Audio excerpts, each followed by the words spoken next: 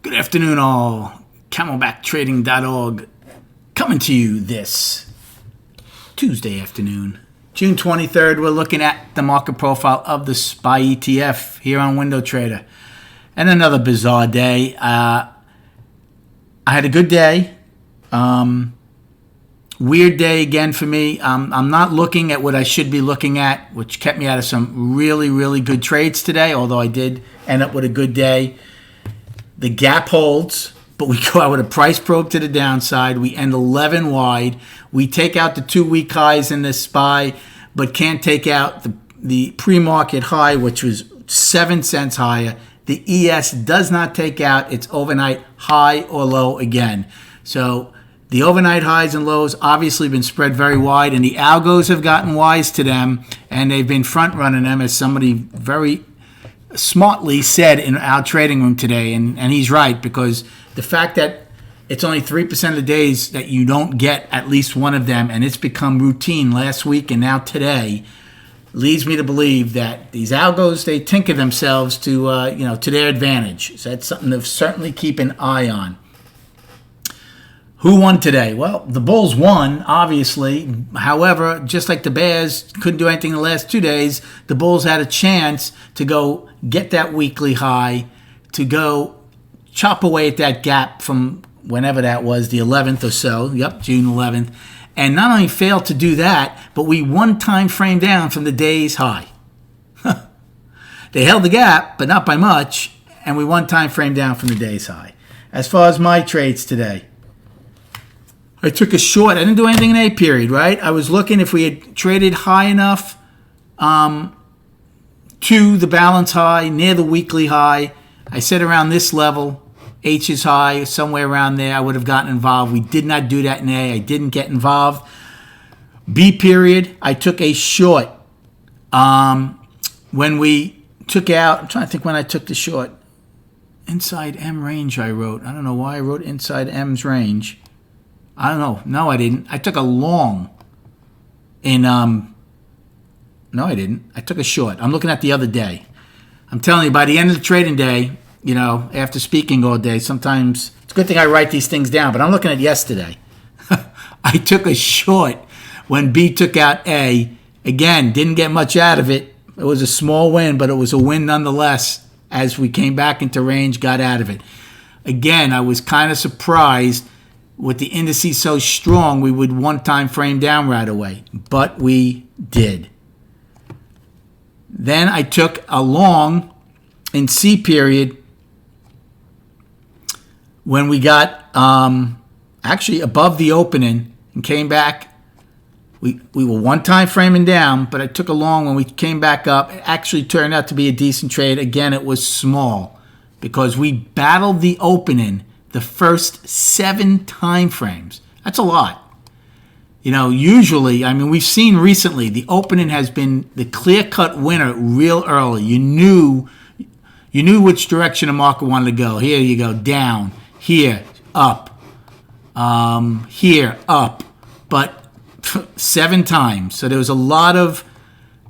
was total lack of conviction by either side, even though value was higher and the gap held and you thought the bulls should take control of it.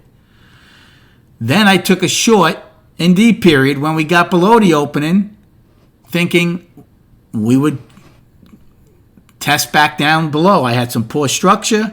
Well, lo and behold, went right above the opening, finally got out of it above, I think right around C's high, but took a loss on that. And basically took me to even on the day. So then I watched it because E had an inside bar. F had an inside bar. G couldn't get back above E and F. I took a short, and as soon as I took that short, I took a decent size short, and it flushed out, and I took half off for good money, good trade. The other half actually went back up. I took it off. Could have held on to it because it came back in, but I took it off basically for scratch. But the 100 puts that I made money on put me up nicely on the day. Now, here's where I lost perspective on the day. I only did one more trade. It was an L, and I made money on it. I had a very good trade in it. However, this is where I lost perspective. I took out H's high. I should have, right? We had a chance for a trend day twice to the upside. I had single prints twice. The reason I didn't want to take that short right away, an H or an I, well, we finally got the weak highs that I had, right, from Friday and Wednesday. I know the ES didn't, but they didn't get their overnight. And I really, really thought, now, SPY got my pre-market low, but when we got all the way up here, I figured we'd get both of them. So the reason I didn't take this short here is because I was 7 cents away from pre-market high, and the ES was maybe 2 or 3 points. Now, did I get exacting? Probably. I guess I could have started a short position, a small one. But I don't even care about missing out. Here's where I lost focus. J period open, went back up to D's high, never got to H, and I had just said in the room, I am very tempted to take a short here. I know my out, or I can add above it if it gets those two things I was talking about. And no sooner did I say I should take a short where J just flushed. Flushed in a heartbeat. This market's been grinding up, grinding down all day, no big moves, and then all of a sudden, boom, one shot. And then another one I should have taken was in K. K opened, came down, couldn't take out J's high. That's a perfect short for me. But what am I looking at? What?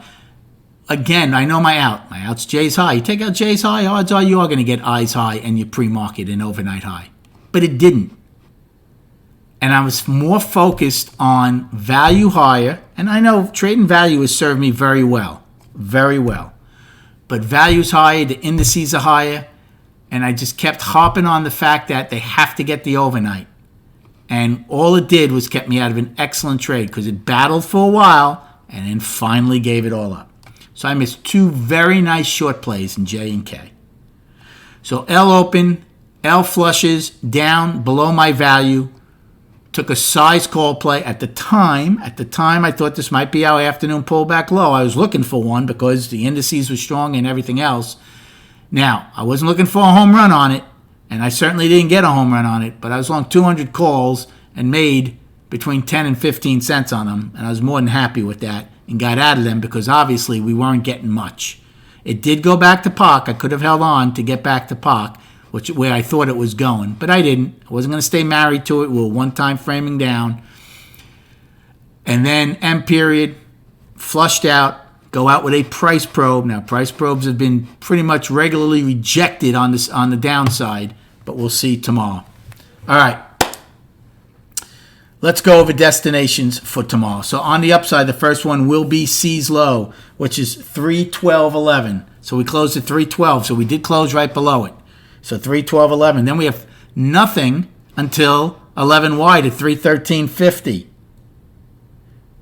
Then we have today's high of 314.50 and then 315.64 weekly gap weekly high, filling the gap at 318.22. On the downside, we have today's low of 311.61 and then filling the gap at 311.05, a 56-point gap.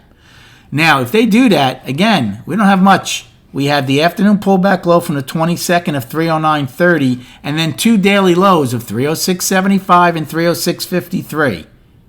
Well, because maybe I got too exacting looking to get closer to the balance high, I missed a lot of shorts today. But I'm certainly going to keep in mind that the balance rules are you get to a balance high, almost get to it, and then roll over. Well, possibly that's what took place today. It remains to be seen.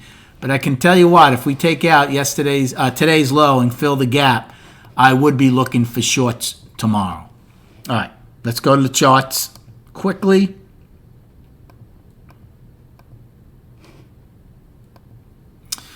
So the monthly, here's a very interesting fact that I didn't even notice. Somebody pointed out in my room. So it's awesome to have a really great group in your room.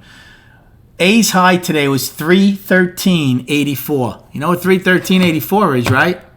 March's high to the tick. So you talk about just mechanical algorithms that are set to such visual levels. It's incredible. 313.84 was the high. We didn't take it out to D period. And then we obviously took it out again in H and I when we made the new highs on the day. But that was such a visual spot there. One time framing up for 2 months.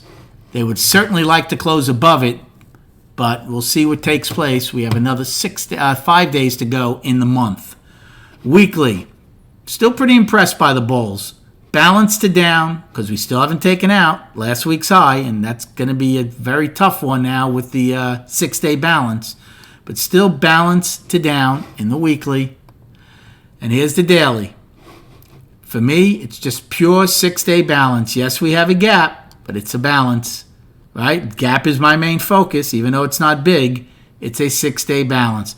The bottom line is this. Did we get what we were going to get out of this balance to the upside today and not get the weekly high and now roll over and test the 306.53 level?